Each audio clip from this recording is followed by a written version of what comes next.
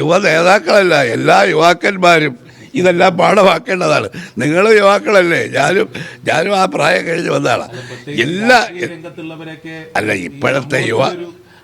ഇപ്പോഴത്തെ യുവാക്കളുടെ ട്രെൻഡിനെ കുറിച്ചൊന്നും ഞാൻ പറയില്ല. പറഞ്ഞാൽ മാധ്യമങ്ങളല്ലേ, നിങ്ങളത് നേരെ തല തിരിച്ചു വയ്ക്കും. അതുകൊണ്ട് യുവാക്കളും യുവതികളും എല്ലാം അവരെ എല്ലാവരും ഇത് ഒരുപാട് പാഠങ്ങൾ നമ്മുടെ മുമ്പിൽ വന്നല്ലോ. പക്ഷെ അതെല്ലാം എല്ലാവരും പാഠമാക്കേണ്ടതാണ്. ഈ ചർച്ച ചെയ്ത് ഈ നടപടി എപ്പോഴത്തേക്ക് ഉണ്ടാകും? അത് KPC പ്രസിഡന്റിനോടാണ് ചോദിക്കേണ്ടത്. ഇവിടെ തന്നെയല്ലേ KPC പ്രസിഡന്റ്, നിങ്ങൾക്ക് എപ്പോഴും കാണാമല്ലോ. ഒട്ടും വൈകാൻ പാടില്ല എന്ന് തന്നെയാണ് പ്രസിഡന്റും പറഞ്ഞിരിക്കുന്നത്. എന്തായാലും ഒരു ആരോപണങ്ങളുടെ അടിസ്ഥാനത്തിൽ ഒരു അഗ്നിശുദ്ധി വരുത്തേണ്ട ചുമതല സ്വാഭാവികമായും ആ നേതാവിനില്ലേ? അല്ല, അതിപ്പോൾ ശ്രീരാമൻ സീതയെ അഗ്നിശുദ്ധി വരുത്താൻ പറഞ്ഞത് സംശയത്തിൻ്റെ പേരിലാണ്. ഇപ്പം ഇതിനകത്ത് സംശയം ഉണ്ടാവണമെങ്കിൽ നമ്മൾ അന്വേഷിക്കണ്ടേ?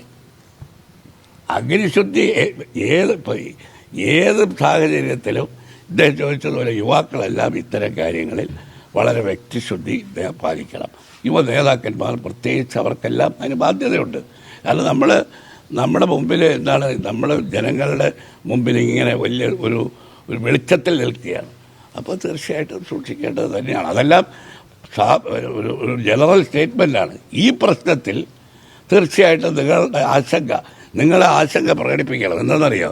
എങ്കിലല്ലേ നിങ്ങൾക്ക് പുതിയ പുതിയ വെളിപ്പെടുത്തലുകൾ കിട്ടുകയുള്ളൂ. അതുകൊണ്ട് നിങ്ങളുടെ ആശങ്കയെ ഞാൻ ഒരിക്കലും തെറ്റായി പറയുന്നില്ല. മാധ്യമപ്രവർത്തകരുടെ ജോലി അതാണ്. പക്ഷെ ഞങ്ങൾ തീർച്ചയായിട്ടും പാർട്ടി ഇത് ജനങ്ങളുടെ അഭിപ്രായങ്ങളും ജനങ്ങളുടെ മാധ്യമങ്ങളുടെ പ്രതികരണങ്ങളും ഒക്കെ കണക്കിലെടുക്കുന്ന ഒരു പാർട്ടിയല്ലേ. അതാണ് KPC പ്രസിഡന്റ് പറഞ്ഞത്. എല്ലാവരുമായിട്ട് ആലോചിച്ച് ഉചിതമായ തീരുമാനം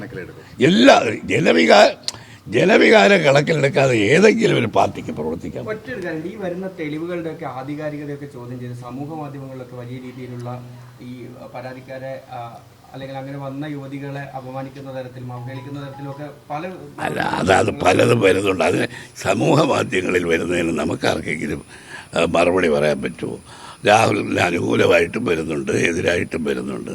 അപ്പോൾ ഇതൊക്കെ സമൂഹ മാധ്യമങ്ങളല്ലേ ഇപ്പോൾ ആളുകളെ സ്വാധീനിച്ചുകൊണ്ടിരിക്കുന്നത്.